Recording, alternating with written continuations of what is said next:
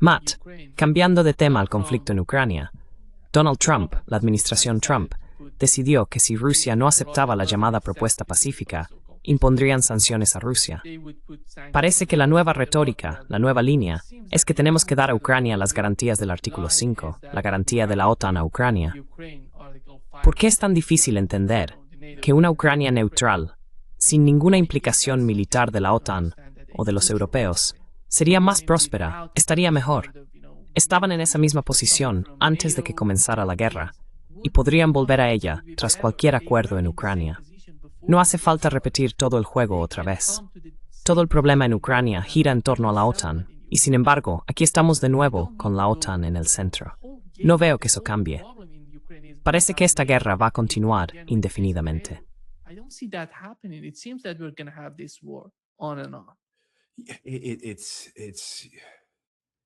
Es una locura. Ya sabes, quiero decir, para empezar, tienes dos grandes estados neutrales en el centro de Europa, Austria y Suiza. Hasta hace poco también tenías a Finlandia como estado neutral. Ucrania había escrito en su constitución, cuando se separó de la Unión Soviética, que sería un estado neutral.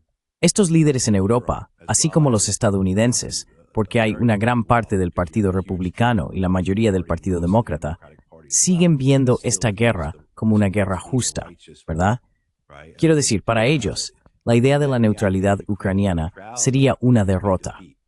Va en contra de toda la narrativa de que Rusia lanzó esta guerra porque es una potencia imperial en reconstrucción soviética.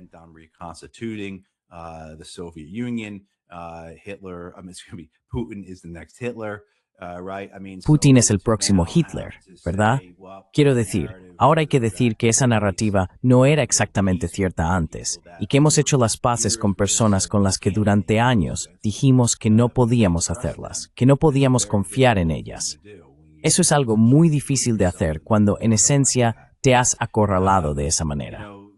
Verás, la idea de la neutralidad también significa que has perdido una parte del tablero de ajedrez, que has perdido una parte del mapa que ya no tiene tu color.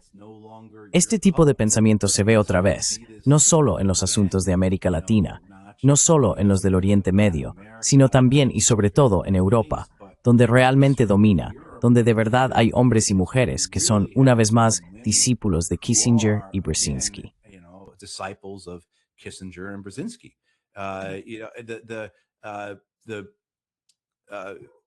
La visión de los europeos, del liderazgo europeo tal como es, está moldeada por la herencia de su papel como principales vasallos de Estados Unidos.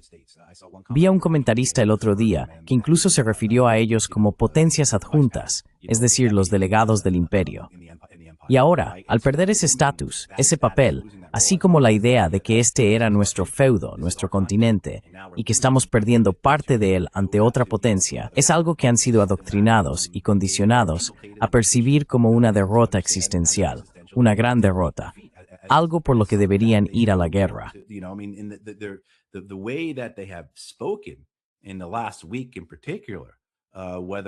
En la última semana en particular, ya sean los alemanes, los franceses o los británicos, el jefe del ejército británico o de las Fuerzas Armadas británicas dijo el otro día algo parecido a que el pueblo británico llegará a comprender lo que realmente significa el sacrificio.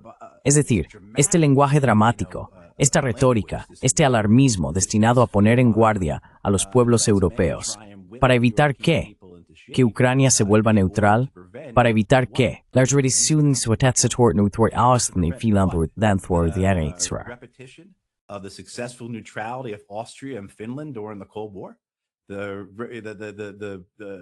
la ya sabes, repetición, el éxito de la neutralidad suiza y escandinava durante muchísimo tiempo. Sí, quiero decir, oye, eso es lo que tenemos que, ya sabes, el general francés diciéndole al pueblo francés, tendréis que ver morir a vuestros hijos, o cualquier otro comentario ridículo que Merz haya hecho la semana pasada.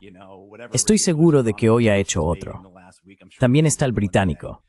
Sí, el británico, bueno, sí, como dije, el militar británico diciendo que el pueblo británico tendrá que aprender lo que realmente significa el sacrificio, parafraseando lo que dijo. Así que, solo el miedo, ¿verdad?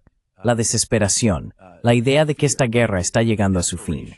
Y aquí es donde ponemos todos nuestros huevos. Esta es la proverbial cesta de huevos.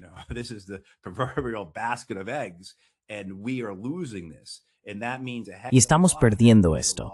Y eso significa muchísimo. Significa la pérdida de nuestra identidad política. Esa pérdida implica una pérdida de nuestro poder, no solo en el continente. Pero ya sabes, para esta gente, la idea de credibilidad es muy importante. Los europeos la usan del mismo modo que los estadounidenses.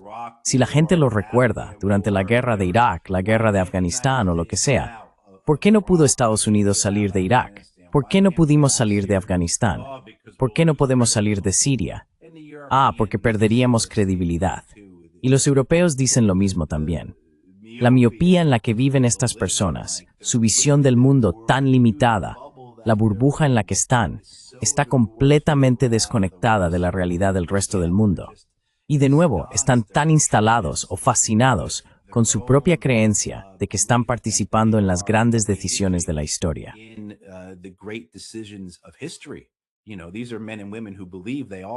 Sabes, estas son personas que creen ser hombres y mujeres de la historia. Son como el general de Tolstoy, ¿verdad? Que sin Ursula von der Leyen no existiría Europa. Que sin Friedrich Merz, en este momento y época, no habría rejuvenecimiento, ni regeneración, ni fortalecimiento de Alemania. Dios sabrá qué cree Keir Starmer que es.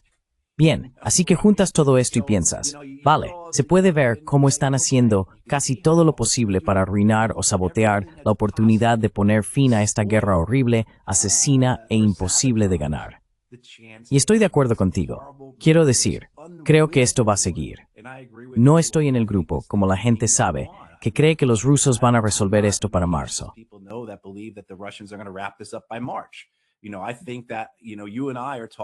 Sabes, creo que si tú y yo seguimos hablando de esto a estas alturas del año que viene, Dios nos ayude, que no escale, que no se amplíe. Hace unos días Turquía derribó un dron que se dirigía hacia su territorio. La idea de que esto vaya a crecer, bueno, quizá no esté ocurriendo del modo en que temíamos hace 3 años, 2 años o incluso el año pasado. Pero eso no significa que esa posibilidad no exista, ¿verdad? Y sería una tontería pensar que solo porque no ha pasado, no vaya a pasar. Así que sí, lo único que diré sobre todo esto es que algunos de los comentarios que se han hecho esta semana contradicen la histeria de los europeos.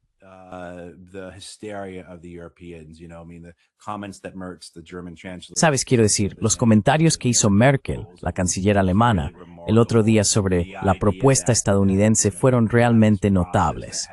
La idea de que este proceso no se haya estancado, que sea un ir y venir, con los estadounidenses hablando con los rusos y con los ucranianos, y luego de nuevo con los rusos. Los europeos están incluidos en esto. Pero creo que la realidad es que Zelensky fue a Berlín esta semana y les dijo básicamente que el juego se ha acabado, que ya sabes, sé que no tenéis los medios, no tenéis las cuentas bancarias, no tenéis las fábricas de armamento, no tenéis la voluntad de mantener o de ganar esta guerra por nosotros.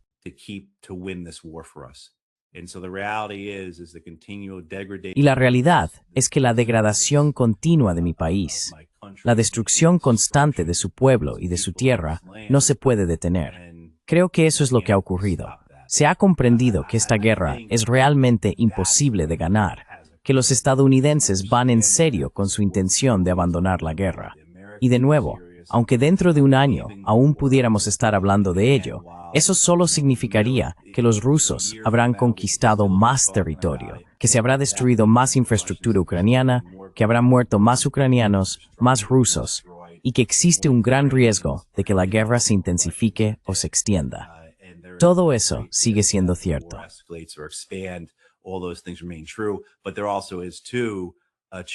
Pero también existe la posibilidad de un colapso, de que el gobierno ucraniano se quede sin dinero, ¿verdad? Y creo que eso es lo más importante.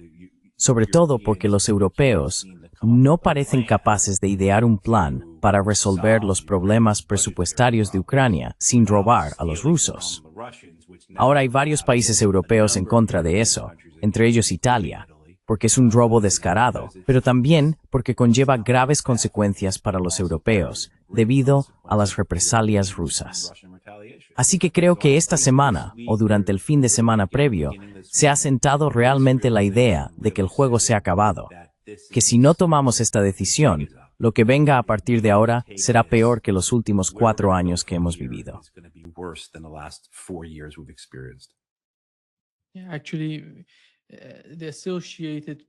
En realidad, la agencia Associated Press informó que Ucrania está al borde de la bancarrota. Según el Fondo Monetario Internacional, necesitará un total de 137.000 millones de euros en 2026 y 2027.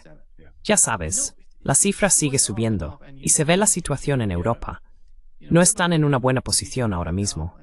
Supongo que la mayor parte de la carga recae sobre los hombros del pueblo alemán. ¿Y quién va a aportar esa cantidad de dinero? No veo a Donald Trump haciéndolo.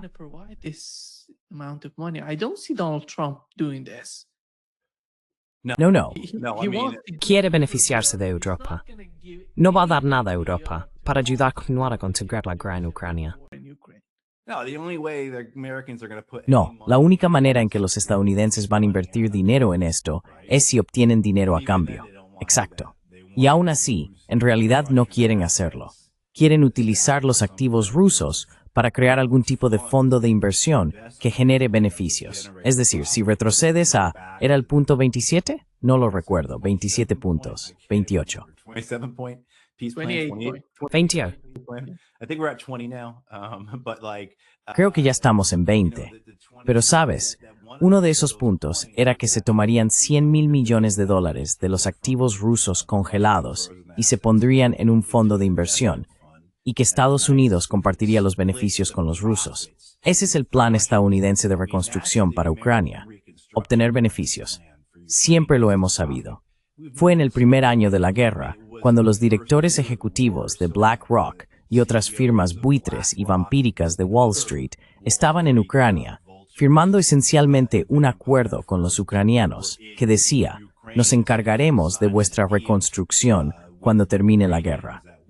Creo que quizá Goldman Sachs fue la que tuvo un papel más destacado en eso.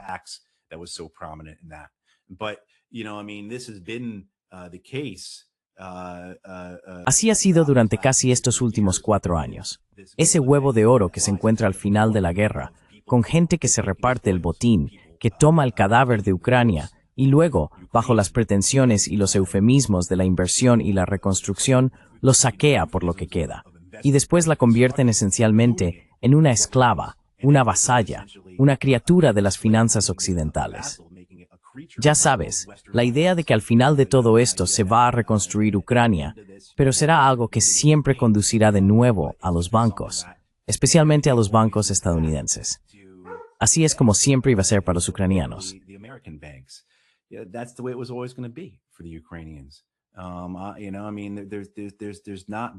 Sabes, quiero decir, no ha habido ni una sola vía aquí, en la que incluso si, ya sabes, por algún tipo de milagro, una especie de Deus ex machina, los rusos hubieran sido derrotados y Ucrania hubiera recuperado todo su territorio, ¿verdad? Una especie de arreglo de universo paralelo, de fantasía. Que los ucranianos estuvieran ahora en este punto, en el que se han vendido a los bancos estadounidenses, que fueran propiedad de los bancos estadounidenses. Sabes, siempre iba a ser así. Y no debería decir solo bancos estadounidenses, porque sé que los europeos también estaban muy implicados en esto. Quiero decir, esta es otra de las cosas. Se vio el pánico en los mercados por las acciones de defensa europeas en los últimos días.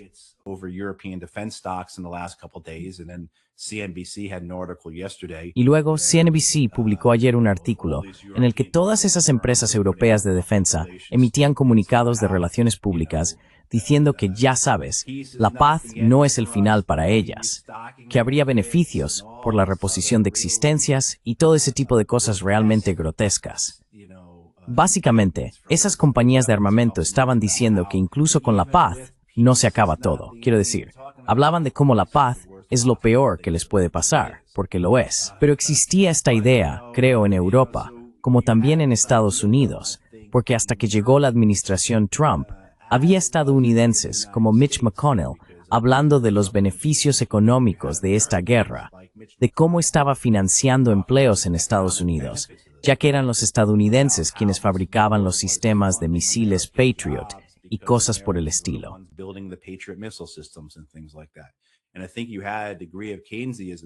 Y creo que aquí había un cierto grado de keynesianismo en la mentalidad europea. Que bueno, estos 200.000 millones de dólares que vamos a quitar a los rusos, estos 140.000 millones de euros que necesitamos proporcionar a Ucrania durante los próximos 2 años, o, de lo contrario, se derrumbarán. Sí, mucho de ese dinero irá a Ucrania, pero una gran parte se queda aquí. Una gran parte va a BAE. Una gran parte va a Rheinmetall, ¿verdad? Una gran parte irá a Rafael. Sabes, una de las empresas que tuvo la mayor caída en su cotización en los últimos días fue Saab, allá en Suecia, porque se suponía que iban a vender 150 casas Gripen a Ucrania, o algo así como una fantasía. Ya sabes, eso nunca iba a suceder, de todos modos. Pero sí, esto es algo, Nima, de lo que creo que hablamos.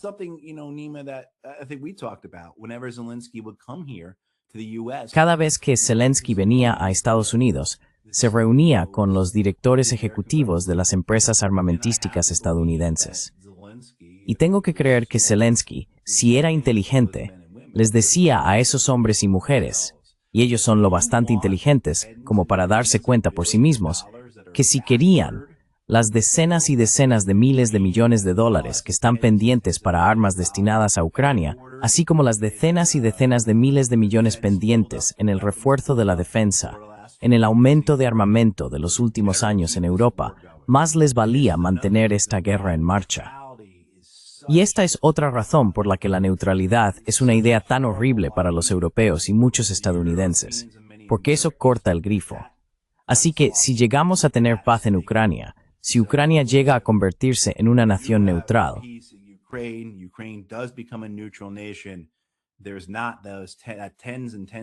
ya no existen esos decenas y decenas de miles de millones de dólares en pedidos pendientes que se aplicaban a Ucrania, y ahora los europeos tienen dificultades para explicarlo, salvo recurriendo a ese espantajo del miedo a Rusia. El Wall Street Journal, de hecho, y termino con esta última observación, publicó el otro día un artículo precisamente sobre lo que estamos comentando aquí.